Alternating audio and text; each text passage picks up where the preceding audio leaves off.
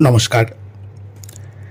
আপনারা শুনছেন radio junction নিবেদিত রহস্য ও রোমাঞ্চের রুদ্ধশ্বাস নেপথ্য কথা।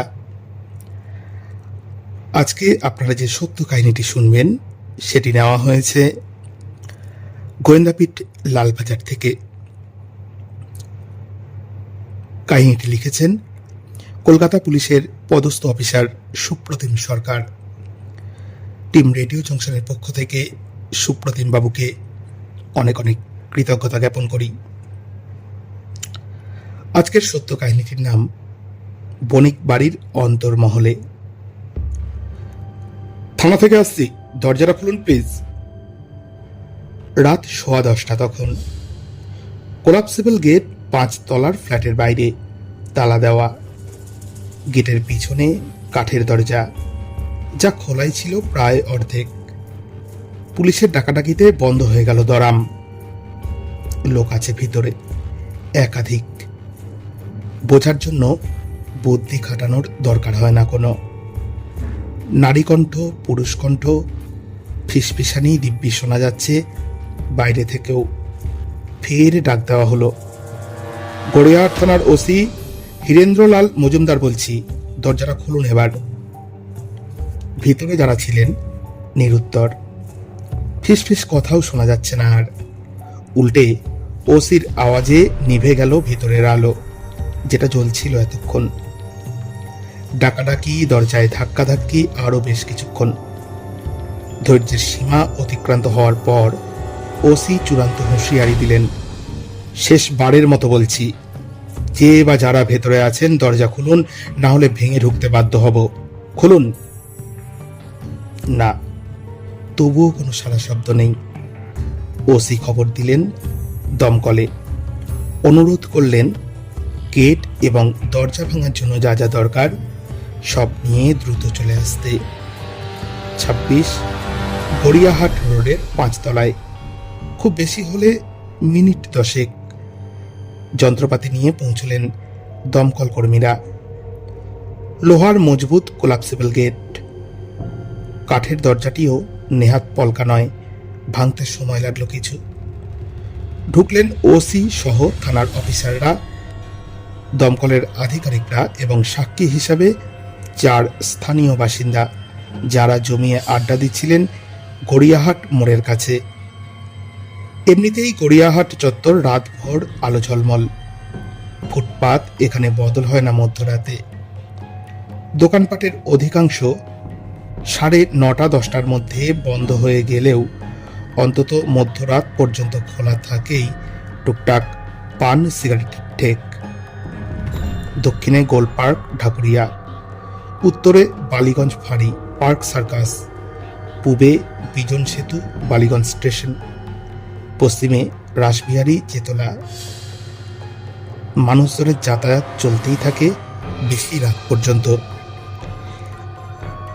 গাড়ি ঘোড়ার স্রোত তলানিতে ঠেকতে ঠেকতে গড়িয়ে যায় মাঝরাত্রির।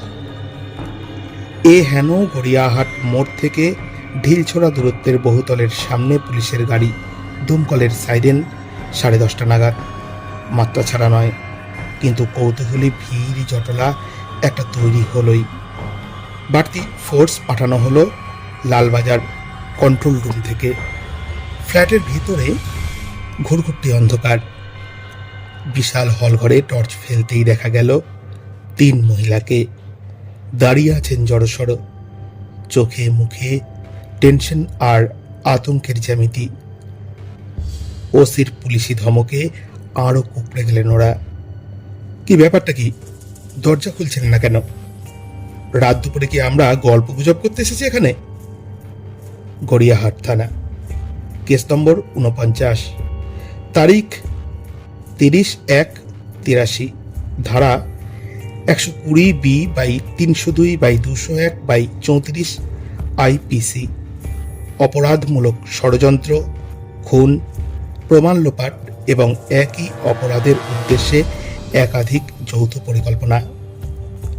সেই তুমুল চাঞ্চল্যকর মামলার বিবরণ।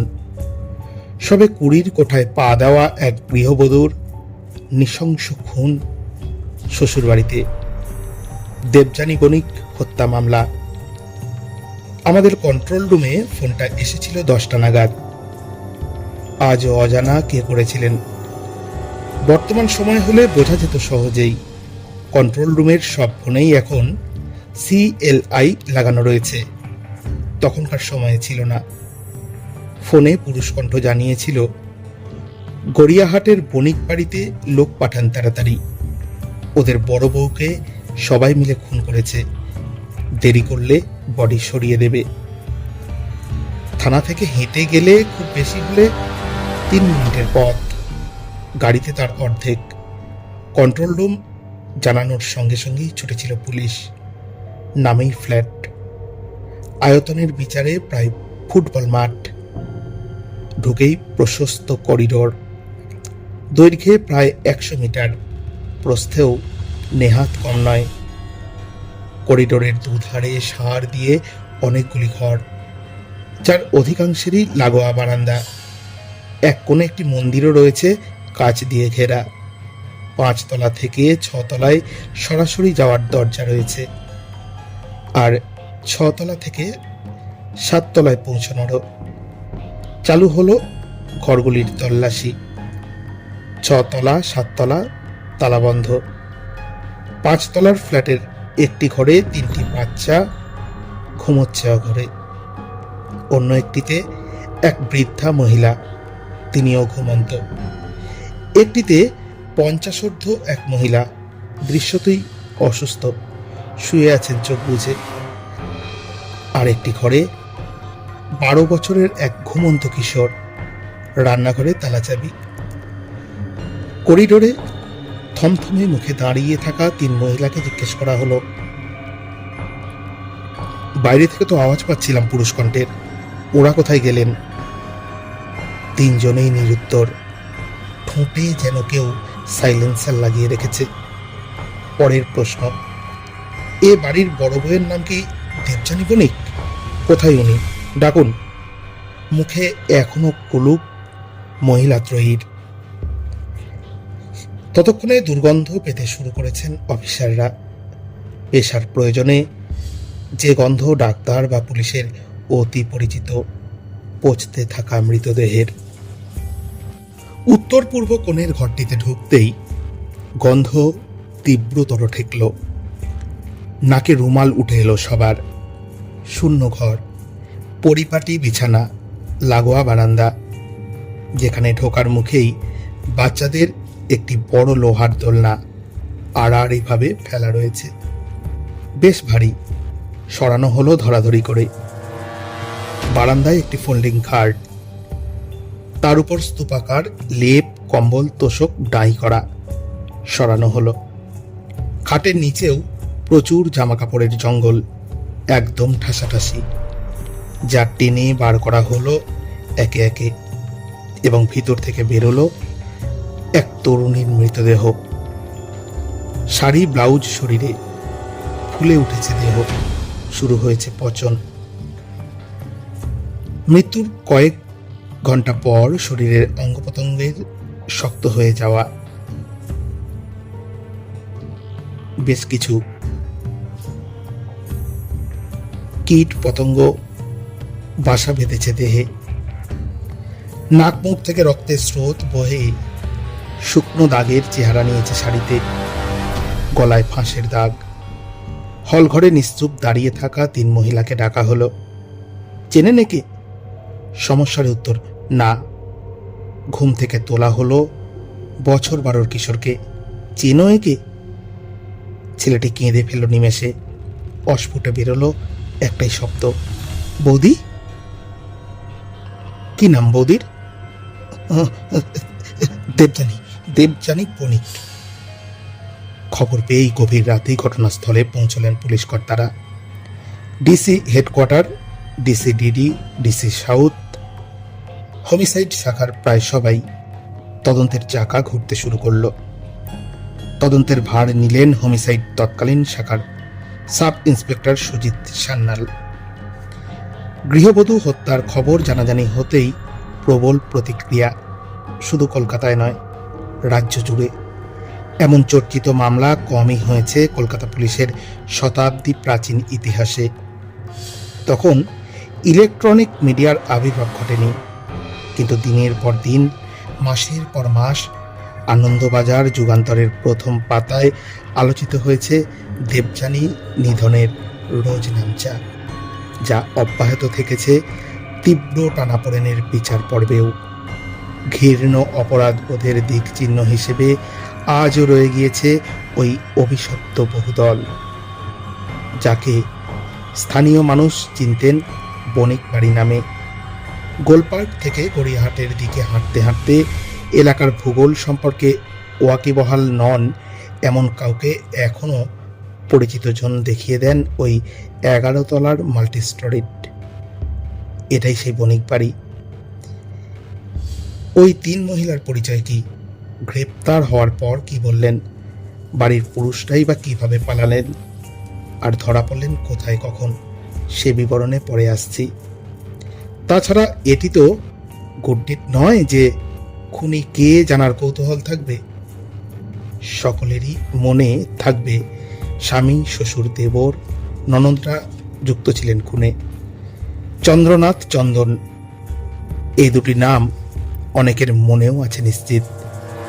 তবে ঠিক কোন পরিস্থিতিতে প্রাণ দিতে হয়েছিল ঘর সংসারের আদন্ত নিবেদিত প্রাণ এক নেহাতি সহজ সরল গৃহবধূকে, কতটা নির্মমতার সাক্ষী ছিল মৃত্যুর আগের ও পরের ঘটনা প্রবাহ, সেই কাহিনীও কম নাটকীয় নয়। বস্তুত নারী নির্যাতনের এক কলঙ্কময় দলিল। সবিস্তার লিখতে গেলে অনু উপন্যাসের আকার নেবে। যথাসাধ্য সংক্ষেপে পেশ করলাম দেবযানী হত্যার ইতিবৃত্ত। শুধু বিত্তবান বললে কম বলা হয়। প্রভূত সম্পদশালী ছিল গড়িয়াহাটের বণিক পরিবার। ব্যবসা মূলত চা বাগানের।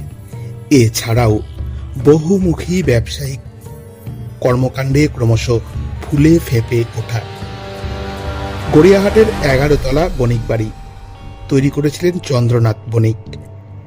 1 তলা থেকে 4 তলার ফ্ল্যাটগুলি ভাড়া দিয়েছিলেন বা বিক্রি করেছিলেন, কোনোটা আবাসিকদের, কোনোটা সরকারি বা বেসরকারি সংস্থাকে। নিজে থাকতেন সপরিবারে 5 তলায়। প্রায় 10,000 স্কোয়ার ফিটের ফ্ল্যাটে 6 তলা এবং 7 তলার ফ্ল্যাট নিজের অধিকারে রেখেছিলেন 8 থেকে 11। উপরের 4টি তলা ছিল নির্মীয়মান অবস্থায়। বণিক পরিবারের সদস্যদের সঙ্গে পরিচয় করিয়ে দিই। চন্দ্রনাথ মধ্য 50 পেরিয়ে 60 ছুঁই ছুঁই। স্ত্রী কিছুকাল হলো অসুস্থ, মা বেঁচে আছেন। তিনিও শয্যাশায়ী বলা চলে। ওষুধ বিশুধ পরিবৃত্ত জীবন। 9 সন্তানের জনক চন্দ্রনাথ। 5 কন্যা 4 পুত্র। বড় মেয়ে কল্যাণী বিবাহিতা, কসবায় শ্বশুরবাড়ি। তার পরের 2 জন, জয়ন্তী আর চিত্রার বিয়ে হয়েছে যথাক্রমে শিলিগুড়ি আর শ্রীরামপুরে। সুমিত্রা আর বিত্রা অবিবাহিতা, এখনো থাকেন বাবা মায়ের সঙ্গে। বড় ছেলে চন্দন বণিক 1975 অগস্টে সম্বন্ধ করে বিয়ে হয়েছে বর্ধমানের নতুনগঞ্জ নিবাসী ব্যবসায়ী ধনপতি দত্তের একমাত্র মেয়ে দেবযানীর সঙ্গে। 3 সন্তান চন্দন আর দেবযানীর। 2 ছেলে, বাবু আর টাবু, মেয়ে মামনি। খুবই ছোট এখনো, শৈশবের চৌকাঠ পেরোতে ঢের দেরি। মেজ ছেলে আশিস বিবাহিত, স্ত্রীর নাম রূপা। একটি মেয়ে আছে ওদের, সেও দুধের শিশুই প্রায়। সেজ অসীম অবিবাহিত। সবচেয়ে ছোট 12 বছরের নন্দন, ক্লাস 7। বাড়িতে কাজের লোক বলতে জনা 5। মাঝবয়সী চৈতন্য দীর্ঘদিন রান্নাবান্না করেন বণিক বাড়িতে। 4 তলার ল্যান্ডিং এর পাশে একটি ছোট ঘরে থাকেন। যদু নামের যুবক থাকেন 3 তলায় সিঁড়ির পাশের ঘরে। কাজ বলতে চন্দ্রনাথের সঙ্গে সকালে বাজার যাওয়া, বাসনপত্র ধোয়া, টুকটাক হাজারো ফাই ফরমাস খাটা। উর্মিলা সকাল বিকেল ঠিকের কাজ করেন, ঘর মোছা, কাপড় কাচা, রান্নায় সাহায্য ইত্যাদি। পুষ্পা, বয়স 20 এদিক ওদিক, দেখাশোনা করেন চন্দন, দেবযানীর বাচ্চাদের। আর শান্তি, 12 বছরের কিশোরী, দেখভাল করার দায়িত্ব আশিস, রূপার একমাত্র মেয়ের। বর্ধমানের দত্ত পরিবারের সংক্ষিপ্ত পরিচিতিও প্রয়োজন এখানে, খুবই বর্ধিষ্ণু ওরা। ধনপতি দত্তের রাইস মিল আছে, আছে পেট্রোল পাম্পও, অনেকগুলি বসত বাড়ি আছে বর্ধমানে, জমি জমাও যথেষ্ট আছে, মাছের ফেরিও। স্ত্রী সুধারানী বর্তমান, 3 ছেলে, দেবদাস, বিপ্রদাস এবং রামদাস, 1 মেয়ে দেবযানী, সবার ছোট। বাড়ির সকলে চোখে হারায়, দাদারা ডাকে বনু বলে, মা বাবার আদরের ডাক বুড়ি। আগে লিখেছি, তবু মনে করিয়ে দিই, বণিক আর দত্ত পরিবারের পারস্পরিক আলাপ দেখাশোনার পর দেবযানীর বিয়ে হয়েছিল চন্দনের সঙ্গে 75-এর অগস্টে।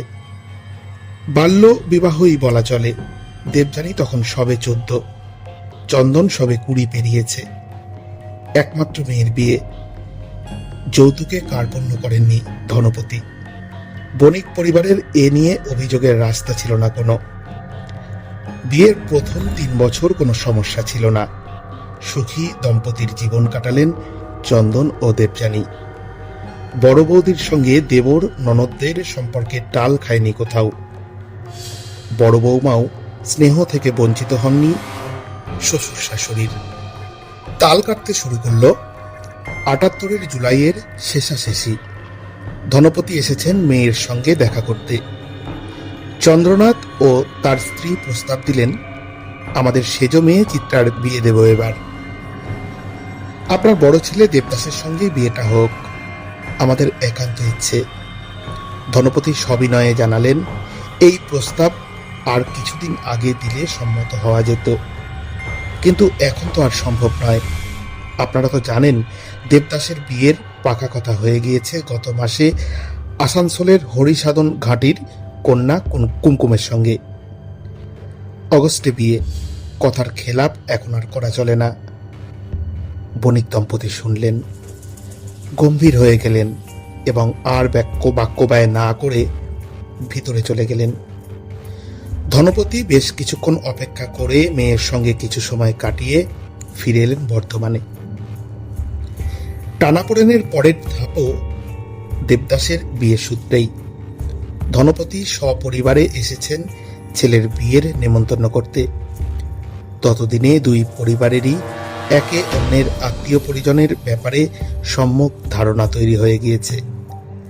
হঠাৎই কিছুটা অপ্রাসঙ্গিকভাবেই চন্দ্রনাথ বললেন, আচ্ছা, ডক্টর মৃণালক্রান্তি বিষ্ণু আপনাদের আত্মীয় না? ধনপতি বললেন, হ্যাঁ, আমার ভাইয়ের স্ত্রীর একটি বোন আছে। ডক্টর বিষ্ণু তার স্বামী, খুবই ঘনিষ্ঠ আমাদের। চন্দ্রনাথ শর্ত দিলেন, ডক্টর বিষ্ণুকে বিয়েতে ডাকলে বণিকরা যাবেন না বিয়েতে।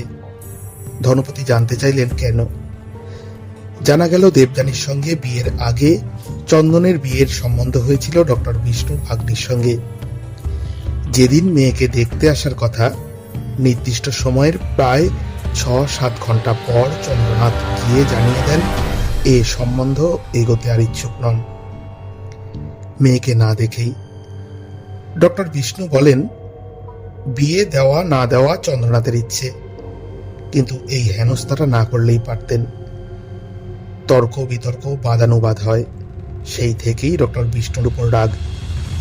ধনপতি শুনলেন সব, কিছু বললেন না। বিয়ের দিন চন্দ্রনাথ সপরিবারে গিয়ে দেখলেন ডক্টর বিষ্ণু আমন্ত্রিত। রেগে অগ্নিশর্মা হয়ে ধনপতিকে বললেন, ইচ্ছে করে অপমান করলেন বাড়িতে ডেকে, আর কখনো আপনার মেয়ে বাপের বাড়ি আসবে না। ধনপতি বোঝানোর চেষ্টা করলেন, ঘনিষ্ঠ আত্মীয়কে না ডাকলে খুবই খারাপ দেখাতো। না, চন্দ্রনাথ কর্ণপাত করলেন না, চলে এলেন বিয়ে বাড়ি থেকে। সংঘাতের তৃতীয় পর্ব বর্ধমানে একটি পুকুর কেনা নিয়ে। ধনপতি পুকুরটি কিনেছিলেন বড় অঙ্কের টাকায়। জানতে পেরে হঠাৎই চন্দ্রনাথ জানান ওই পুকুরটির জন্য তিনিও বায়না করেছিলেন, তাকে দিয়ে দিতে হবে ওই জলাশয়। ধনপতি বললেন, বেশ তো, বায়নানামা দেখান। চন্দ্রনাথ দেখাতে পারলেন না। হালকা বাদানুবাদ হলো। দুই পরিবারের মন কষাকষি বাড়ল, যার প্রভাব উত্তরোত্তর পড়তে লাগলো দেবযানীর ওপর। দ্রুত পাল্টে যেতে থাকলো শ্বশুর শাশুড়ি, দেবর ননদদের ব্যবহার, স্বামী চন্দনেরও। শুরু হলো কথায় কথায় কটাক্ষ, দুর্ব্যবহার। মাঝে মাঝেই স্ত্রীর গায়ে হাত তুলতে শুরু করলেন চন্দন। দেবযানী বাপের বাড়ি যেতেন প্রতি 2 মাস অন্তর। সেটা কমে দাঁড়ালো 9 মাসে 6 মাসে একবার, তাও বহু কাকুতি মিনতির পর। মা বাবাকে চিঠি লেখা বন্ধ হয়ে গেল বণিক বাড়ির বড় বউয়ের। দেবযানী সহ্য করছিলেন, যেমন করে থাকেন আর 5 জন নেহাতি সাদা সিধে, অল্প শিক্ষিতা এবং আর্থিকভাবে স্বামী নির্ভর গৃহবধূ। পরিস্থিতি জটিলতর হল 82-র মাঝামাঝি থেকে। বর্ধমানে একটি বিশাল কোল্ড স্টোরেজ কিনলেন চন্দ্রনাথ, ব্যাংক থেকে কয়েক কোটি টাকা ধার করে।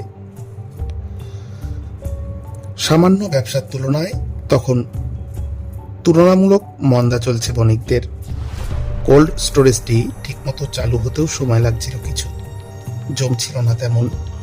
এদিকে ব্যাংক থেকে নিয়মিত তাগাদা আসতে শুরু করলো ধারের কিস্তি শোধের। বণিক বাড়িতে পৌঁছলো ডিমান্ড নোটিশ। চন্দ্রনাথ চাপ দিতে শুরু করলেন ধনপতির উপর, বকেয়া ধারের 25% বহন করতে। ওই 25% মানে তখনকার দিনেও প্রায় 1.25 কোটি। ধনপতি জানালেন তিনি অপারগ, খুব বেশি হলে 10 লাখ, কোটিখানেক মতো দিয়ে ওঠা তার সাধ্যাতীত। উত্তরে চন্দ্রনাথ ফের মুখ খারাপ করলেন যথেচ্ছ। দুই পরিবারের সম্পর্কের কফিনে শেষ পেরেকটি প্রায় পোঁতাই হয়ে গেল। দেবযানীর জীবন ক্রমে আরো দুর্বিষহ হয়ে উঠল।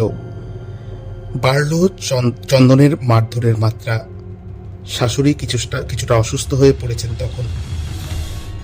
স্বামী, শ্বশুর, দেবর, ননদরা অলক্ষী বলে প্রকাশ্যেই ডাকা শুরু করলেন বাড়ির বড় বউকে।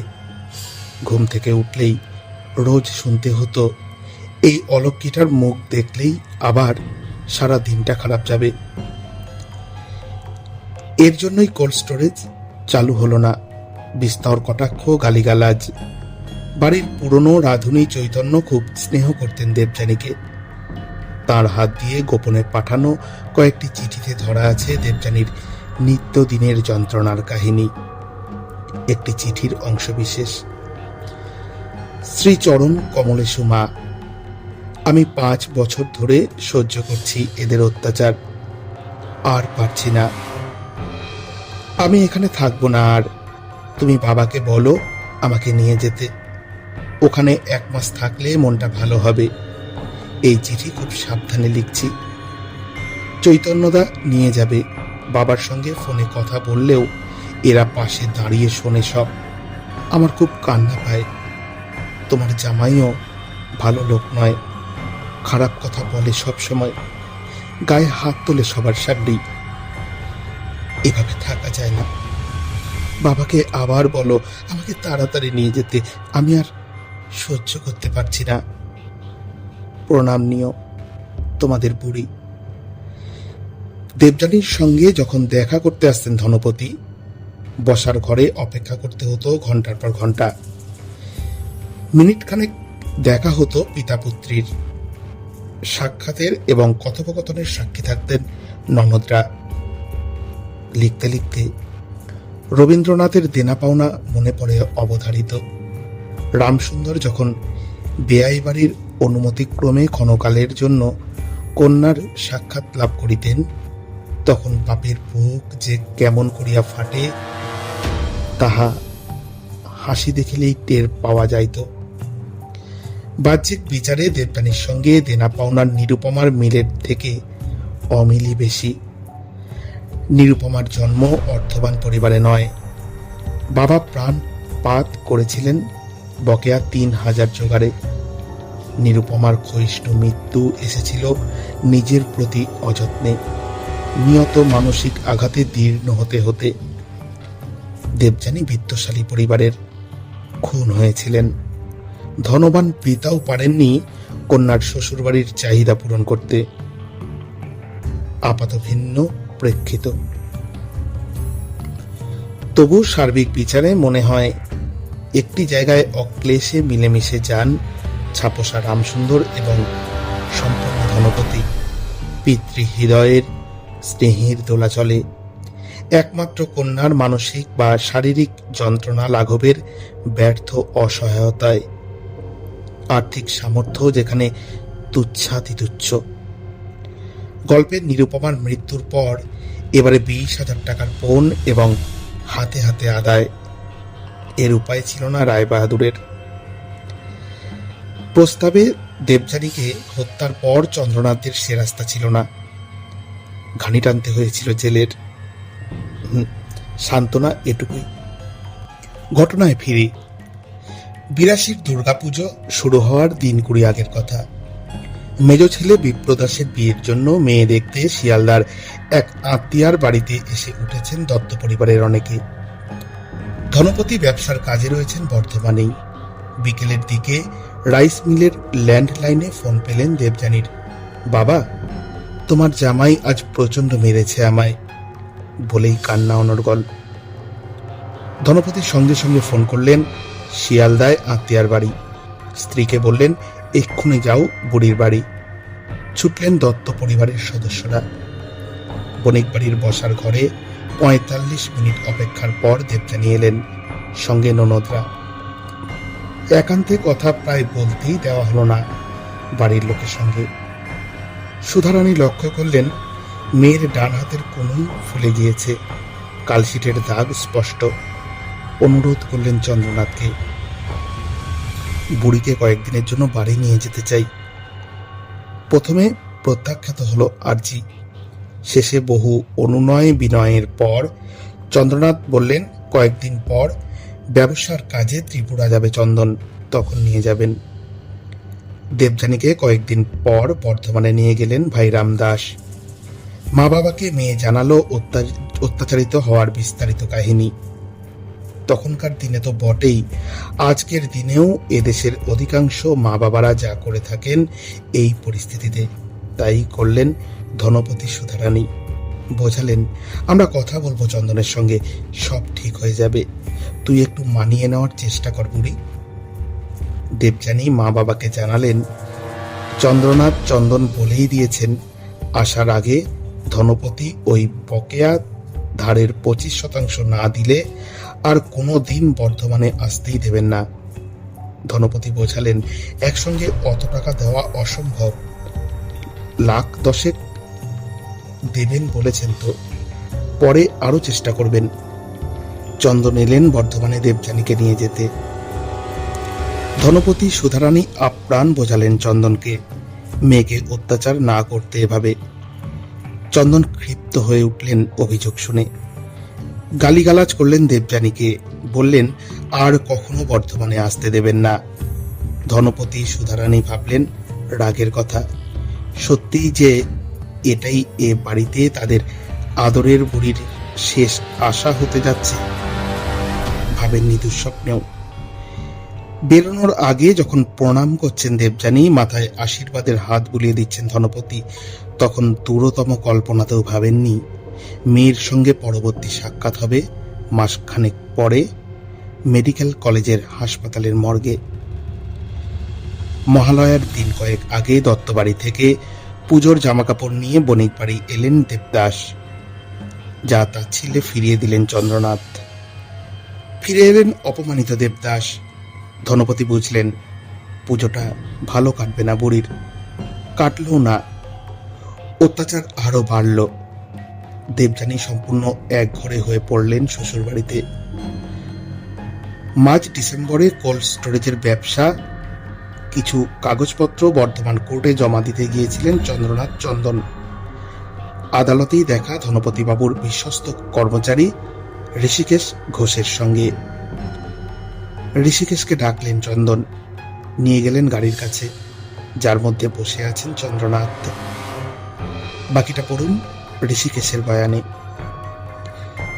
চন্দ্রনাথ বাবু বললেন, তোমার বাবুকে বলবে আমি প্রতিশোধ নেব, এমন শোধ নেব যে সারা জীবন চলবে। আমি বললাম, আমাকে বলছেন কেন? যা বলার বাবুকে সরাসরি বলবেন। প্রতিশোধ নেওয়াও হলো জানুয়ারির শেষাশেষি। 28 জানুয়ারি 1983 বণিক বাড়িতে সেদিন আয়োজন হয়েছে সত্যনারায়ণ পুজোর। বাড়িতে প্রচুর আত্মীয় স্বজন। মেজ ছেলে আশিস দিন কয়েক হলো সস্ত্রীক শ্বশুর বাড়ি গিয়েছে। এছাড়া সবাই উপস্থিত। দেবযানীর দেবর, ননদ, তাদের ছেলেপুলে সব। কাজের লোকের মধ্যে সকালে উপস্থিত যদু, উর্মিলা আর শান্তি। চৈতন্য বাড়ি গিয়েছে দিন 3 আগে। পুষ্পাও কয়েকদিনের ছুটিতে সুন্দরবনের বাড়িতে। সকাল 8:05 চন্দনের সঙ্গে হল ঘরে কথা কাটাকাটি হলো দেবযানীর। সবার সামনেই চন্দন হির হির করে টানতে টানতে দেবযানীকে নিয়ে গেলেন বেডরুমে। বেধড়ক মারলেন। কান্না আর আর্তনাদ ছিটকে এলো বাইরে। শুনলেন বাড়ির বাকিরা। কোনো উচ্চবাচ্য করলেন না কেউ। কানে তালা দিয়ে পুজোর সিন্নি নিয়ে আলোচনায় ভারী ব্যস্ত হয়ে পড়লেন। সকাল 8:30 অঝরে কাঁদতে কাঁদতে একরকম জোর করেই হলঘর থেকে বেরিয়ে এলেন দেবযানী। ফোন করলেন বর্ধমানের বাড়িতে। তুললেন দেবদাস, বড় ভাই। সেদিন দত্তবাড়ির পুরুষরা সকাল থেকে খুবই ব্যস্ত একটি জমি জমা সংক্রান্ত বিবাদ নিয়ে। একটু পরেই কোর্ট কাছারিতে ছোটাছুটি আছে। দূরভাষে দেবযানী বলেন, এরা আমাকে মেরে ফেলবে দাদা, তোরা আজই এসে আমাকে নিয়ে যা। দেবদাসের চোখ মুখ দেখে ফোন নিলেন ধনপতি। ততক্ষণে দেবযানীর থেকে ফোন কেড়ে নিয়েছেন চন্দ্রনাথ। গালিগালাজ করছেন অকথ্য। ফোন বাবার থেকে আবার নিলেন দেবদাস। বললেন, বনুকে কিছু করবেন না, আমরা বিকেলের মধ্যে রওনা দিচ্ছি, নিয়ে আসবো ওকে। কাকাবাবু দোহাই আপনার, মারবেন না। আর কোনো উত্তর না দিয়েই সপাটে ফোন রেখে দিলেন চন্দ্রনাথ। ঠিক হলো দ্রুত কাজ সেরে সন্ধ্যের আগেই কলকাতায় যাবেন ধনপতি আর দেবদাস। দেবযানীকে নিয়ে আসবেন বাড়িতে। কে জানত তখনই না বেরিয়ে পড়ে বিকেলে যাওয়ার সিদ্ধান্তের পরিণতি কি ভীষণ মর্মান্তিক হতে যাচ্ছে।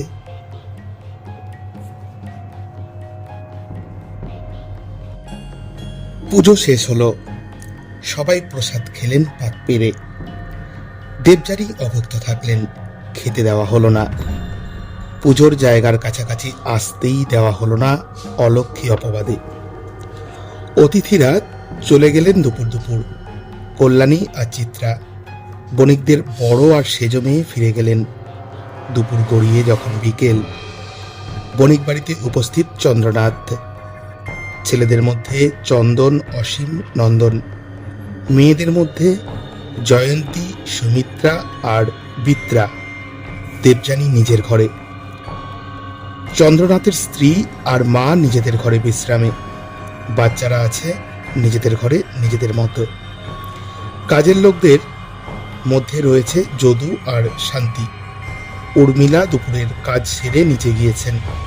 আবার আসার কথা সন্ধেবেলায়, বিকেল 4:05। দেবযানীর ঘরে ঢুকলেন চন্দ্রনাথ, চন্দন। কিছু পরেই দেবযানীর পরিত্রাহী চিৎকার ভেসে এলো ঘর থেকে।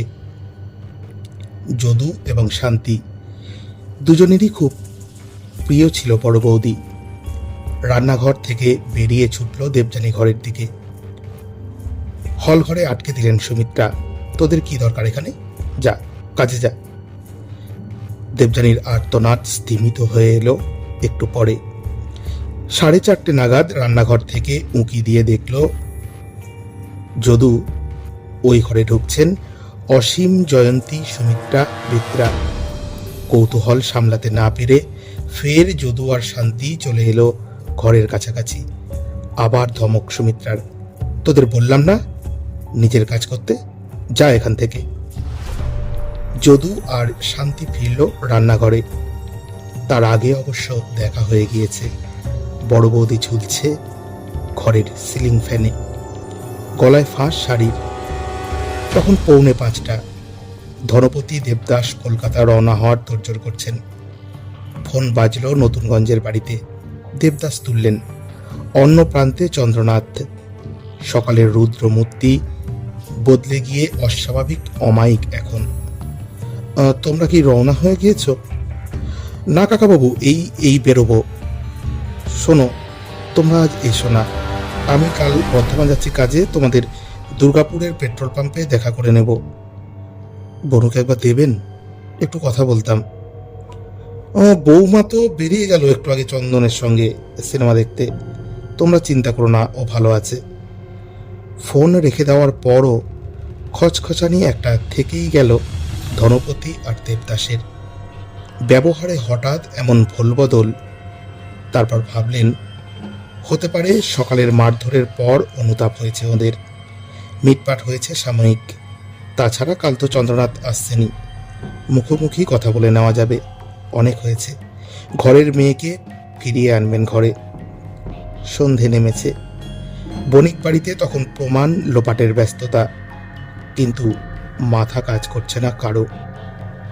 শান্তি তো রোজ রাত্রে এ বাড়িতেই থাকে। যদুও কখনো কখনো থেকে যায়, শুয়ে পড়ে রান্নাঘরে। দুজনকেই বলা হলো রাত্রে বাইরে শুতে। শান্তি গেল উর্মিলার ঘরে। যদু 3 তলায় সিঁড়ির পাশে নিজের রোজকার আস্তানায়। জয়ন্তী ভয় দেখালেন যাওয়ার আগে, কাউকে কিছু বললে কাজ ছাড়িয়ে দেব চুরির বদনাম দিয়ে, না খেতে পেয়ে মরবি। উর্মিলা সন্ধেবেলা কাজে এসে দেখলেন কোলাপসিবল গেট বন্ধ। বেল বাজালেন। ভেতর থেকে চন্দ্রনাথ বেরিয়ে এসে বললেন, কাল আসবি, আজ আর দরকার নেই। কিল চর লাথি খুশি তো ছিলই, যেমন খুশি লাঠি দিয়েও সজোরে দেবযানীর মাথায় মেরেছিলেন চন্দন। সঙ্গে সঙ্গে সংজ্ঞাহীন হয়ে পড়েছিলেন দেবযানী। অভ্যন্তরীণ রক্তক্ষরণে মৃত্যু তৎক্ষণাৎ। খুনকে আত্মহত্যার চেহারা দিতে এরপর ঝুলিয়ে দেওয়া হয়েছিল সিলিং ফ্যানে।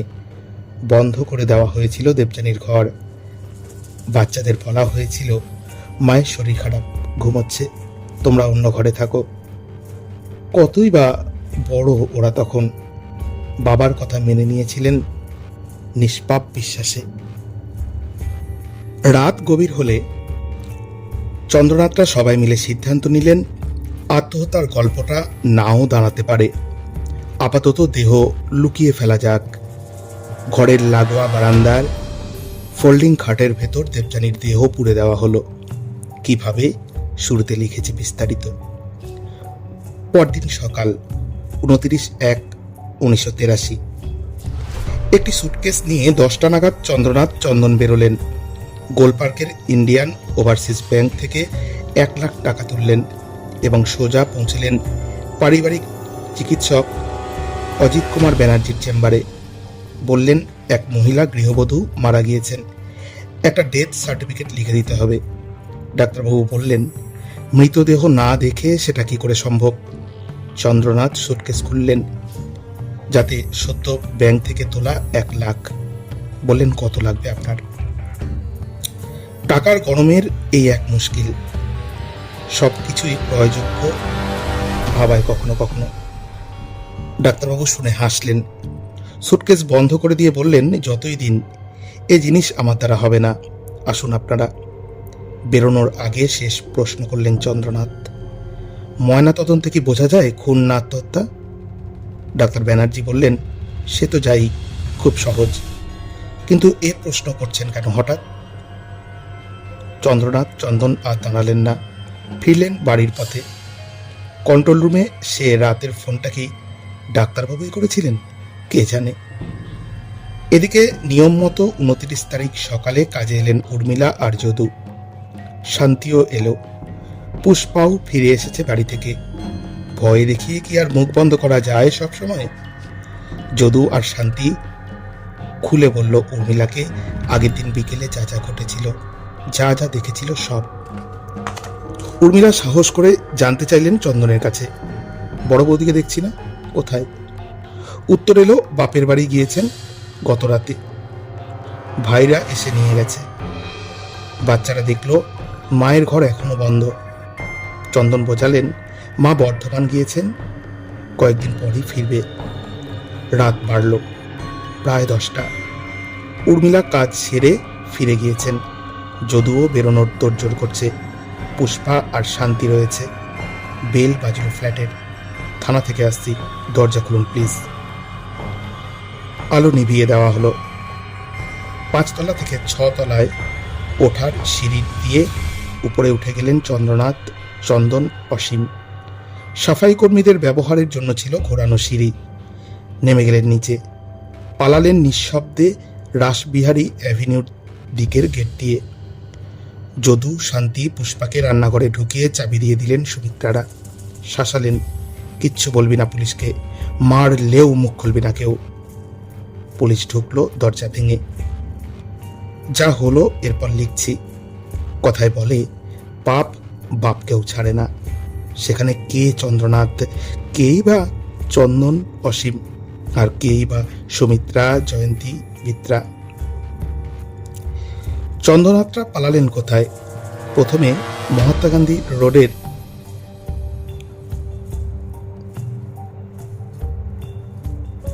আগরতলার রমেশ দত্তর পরিচয়ে ঘর নিলেন চন্দ্রনাথ। হোটেলের রেজিস্টারে ছেলেদের নাম লিখলেন সুশীল দত্ত ও অশোক দত্ত। একদিন পরে সেখান থেকে বিপিন বিহারী গাঙ্গুলি স্ট্রিটের শিয়ালদা লজ। এবার গৌর সাহা নামে রেজিস্টারে ফর্ম ভর্তি করলেন চন্দ্রনাথ। হইচই পড়ে গিয়েছে শহরে ততক্ষণে দেবযানী হত্যা নিয়ে। পুলিশ সর্বশক্তি প্রয়োগ করছে পলাতকদের ধরতে। চন্দ্রনাথ, চন্দন, অসীমদের ছবি নিয়ে শহর চষে ফেলছে একাধিক সোর্স। চন্দ্রনাথরা বুঝলেন বেশি দিন এভাবে পালিয়ে থাকা অসম্ভব। হোটেল থেকে ফেব্রুয়ারির 4 তারিখ 2 ছেলেকে নিয়ে বেরোলেন হাজরার উদ্দেশ্যে। পরিচিত উকিলের বাড়ি। পুলিশ খবর পেল সোর্স মারফত। রাসবিহারী মোড়ের কাছে 4 ফেব্রুয়ারি দুপুরে আটকানো হলো একটি ট্যাক্সি। ভিতরে চন্দ্রনাথ, চন্দন, অসীম। সোজা নিয়ে যাওয়া হলো বণিক বাড়ি। যে লাঠি দিয়ে মারা হয়েছিল দেবযানীর মাথায় উদ্ধার হলো 6 তলার অফিস ঘর থেকে। ফাঁস দিতে ব্যবহৃত শাড়ি বেরোলো 7 তলা থেকে। পুলিশের কাজই তো অপরাধ দমন, কিনারা করা ঘটে যাওয়া অপরাধের। তারপর চার্জশিট, বিচার পর্বে সাক্ষ্যদান এবং আরও তারিখ পে তারিখ, এবং অনন্ত অপেক্ষা আদালতের আদেশের। রায় পক্ষে গেলে অভিযুক্তের আবেদন উচ্চ থেকে উচ্চতর আদালতে। পুলিশি তদন্তের কাটা ছেঁড়া নিয়ম মাফিক। এটা করেননি কেন, ওর জবানবন্দি নেওয়া হয়নি কেন, সিজার লিস্টে অমুকের নাম নেই কেন, তমুক তখন কোথায় ছিলেন। দূরবীক্ষণ যন্ত্রের সামনে পড়তে হয় কেস ডায়েরিকে। সামান্যতম খুঁত পেলেই তিরস্কার বরাদ্দ। সঙ্গতই তদন্ত তো নিশ্চিতই হওয়া উচিত, ভুল ত্রুটি তো নিষিদ্ধই। মামলা যখন খুনের মতো গুরুতর অপরাধের, প্রশ্ন যখন ফাঁসি বা যাবজ্জীবন কারাবাসের, মাননীয় আদালত অনুপুঙ্খ বিশ্লেষণের পরই রায় দেন, যা মেনে নিতে হয় নতমস্তকে। কিছু মামলা আসে কদাচিৎ, যখন স্রেফ রোজগার, পেশাগত দায়বদ্ধতার সীমানার বাইরেও তৈরি হয় দোষীকে শাস্তিদানের বাড়তি মানবিক তাগিদ। দেবযানী মামলাও ছিল এমনই ব্যতিক্রমী। মিডিয়ার ঢক্কানিনাদের জন্য শুধু নয়, উদ্ধতনের চাপে শুধু নয়, এক নির্দোষ গৃহবধূর নির্মম হত্যাকাণ্ডে যাতে সাজা হয় দোষীদের, নিশ্চিত করতে পেশাগত প্রয়োজনের ঊর্ধ্বে উঠে দলগতভাবে ঝাঁপিয়েছিল কলকাতা পুলিশের গোয়েন্দা দপ্তর। তদন্তকারী অফিসার সুজিত সান্যালের সুযোগ্য নেতৃত্বে কোনো কোনো বিরল মামলায় অভিযুক্তের অপরাধ সম্পর্কে যখন নিশ্চিত হই আমরা সাক্ষ্য প্রমাণ ও তথ্য তল্লাশের পর, তখন মনে হয় আমাদের যা হওয়ার হোক, শেষ পর্যন্ত যাব, শাস্তি না হওয়া পর্যন্ত লড়াই চলে। হ্যাঁ, চলতেই থাকে। দুরন্ত লড়েছিলেন তদন্তকারী অফিসার সুজিত সান্যাল। সুজিতের বৈশিষ্ট্য ছিল এমন, ওতপ্রোতভাবে জড়িয়ে যেতেন ঘটনার সঙ্গে, নাওয়া খাওয়াও ত্যাগ করতেন কখনো কখনো। তদন্ত শুধু পেশা ছিল না, নেশাও। ডিটেকটিভ ডিপার্টমেন্ট তার অধীনে যারা কাজ করেছেন কোনো না কোনো সময়, তারা আজও শ্রদ্ধায় মাথা নোয়ান। সুজিতবাবু প্রসঙ্গ উঠলে গোয়েন্দা বিভাগের বিভিন্ন পদে সুনামের সঙ্গে কাজ করার পর অবসর নিয়েছিলেন অ্যাসিস্ট্যান্ট কমিশনার হিসেবে। বিচার পর্ব শুরু হলো। বিদ্যার বিচার শুধু জুভেনাইল কোর্টে, যেহেতু তখনও নাবালিকা। বণিক পরিবার জলের মতো টাকা খরচ করলেন উকিলদের পিছনে। দাবি করা হলো চন্দ্রনাথ, চন্দন, অসীম ঘটনার সময় ছিলেনই না বাড়িতে। ধৃত মহিলারাও নির্দোষ। আর কিসের খুন? দেবযানী তো আত্মহত্যা করেছেন। দীর্ঘ সওয়াল জবাবে ধোপে টেকার কথা ছিল না এই মিথ্যাচারের, টেকেও নি। যদু শান্তির সাক্ষ্য তো ছিলই। যে লাঠি দিয়ে মারা হয়েছিল দেবযানীর মাথায়, তাতে হাতের ছাপ ছিল চন্দনের। যে হোটেল দুটিতে ঘটনার পর ঠাঁই নিয়েছিলেন চন্দ্রনাথরা, তার রেজিস্টারের লেখার সঙ্গে চন্দ্রনাথের হাতের লেখা মিলে গিয়েছিল বৈজ্ঞানিক পরীক্ষায়। সর্বোপরি দেবযানীর লেখা চিঠিগুলি তর্কাতীতভাবে প্রমাণ করেছিল ধারাবাহিক নির্যাতন। আর আত্মহত্যার তত্ত্ব খড়কুটোর মতো উড়ে গিয়েছিল মেডিকেল কলেজের ফরেন্সিক বিভাগের প্রধান ডক্টর রবীন বসুর ময়নাতদন্তের রিপোর্টে। দেহে অসংখ্য আঘাতের চিহ্ন ছিল। প্রতিটির খুঁটিনাটি বিবরণ লিপিবদ্ধ করেছেন সেই রিপোর্টে। পরিষ্কার বলা হয়েছিল, মাথার আঘাত এতটাই গুরুতর ছিল, চির ধরে গিয়েছিল দেবযানীর খুলিতে। এলোপাথারি যত্রতত্র আঘাতের তীব্রতাতেই মৃত্যু। আর গলায় ফাঁসের দাগ, পুলিশি পরিভাষায়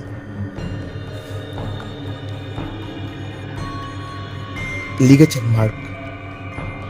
রিপোর্টে স্পষ্ট লেখা ছিল পোস্ট মর্টেম হ্যাঙ্গিং, অর্থাৎ মৃত্যুর পর দেহ ঝোলানো হয়েছিল। 85 এপ্রিলে রায় দিলেন আলিপুর কোর্ট। জয়ন্তী, সুমিত্রা আর অসীমের যাবজ্জীবন কারাদণ্ড, চন্দ্রনাথ আর চন্দনের ফাঁসির আদেশ।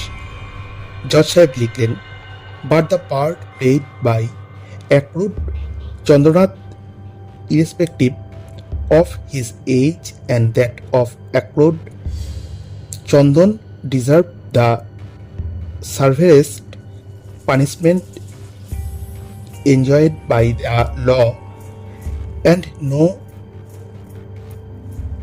leniency need be shown to them having regard to the facts and circumstance of the case.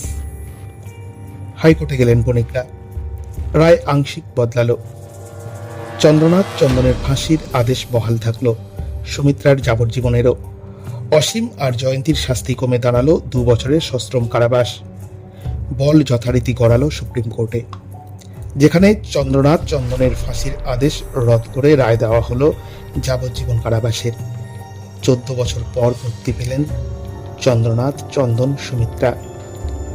Chandranath গত হয়েছেন, বাকিরা বর্তমান। জুভেনাইল কোর্টে বিচার পর্বে দোষী সাব্যস্ত মিত্রাও।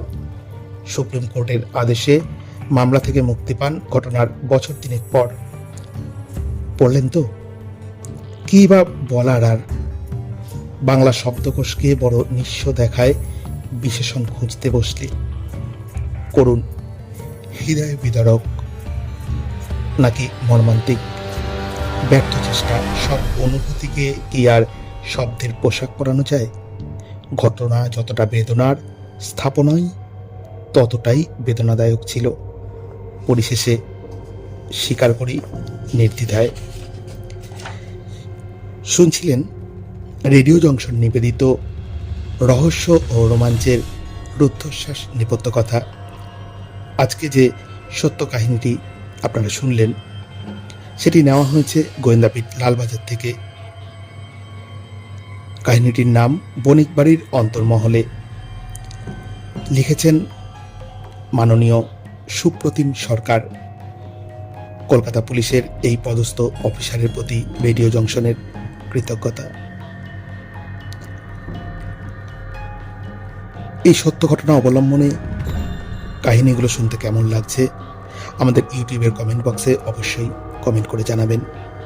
ভালো লাগলে আমাদের রেডিও জংশন ইউটিউব চ্যানেলটি সাবস্ক্রাইব করবেন। নমস্কার।